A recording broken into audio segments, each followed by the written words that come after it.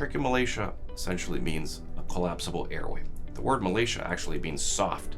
So if you put those two things together, it's a soft airway. And so unfortunately, it behaves as chronic cough, respiratory infections that often get misdiagnosed as asthma or croup. And so we have to be very mindful of the possibility of tracheomalacia to be a source of these issues.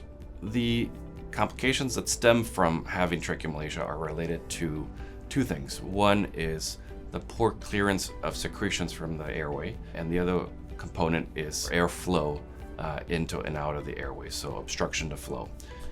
When dealing or treating tracheomalacia, one of the elements that we have to think about is how can we give the airway more room, more space. Sometimes it's the trachea itself that is collapsible, and sometimes the structures around it that are putting pressure on it. So we need to understand the situation so that we can figure out a way to enhance the space for the airway so it doesn't collapse as much. One of the hallmarks of the tracheomalacia, particularly its most common type, where the component of the posterior membrane or the floor of the airway is very broad or very wide.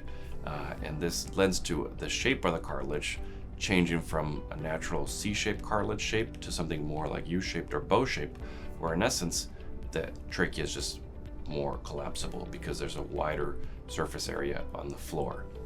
Another variety of tracheomalacia is often related to when you have extrinsic compression of the trachea from a circumstance such as a blood vessel.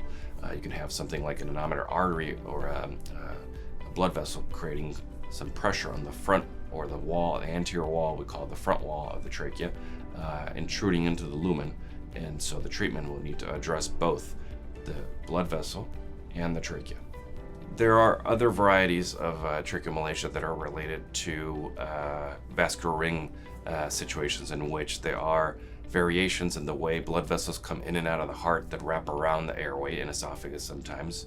And this not only creates a compression, but can also create a deformity of the cartilage, such that even after we remove or modify or move these blood vessels, the cartilage may still remain malformed or deformed from being compressed for so long that we have to directly address the cartilage structure, often with things such as a splint or a direct tracheopexy to that particular area. Tracheomalacia is often associated with other conditions. It's not in isolation.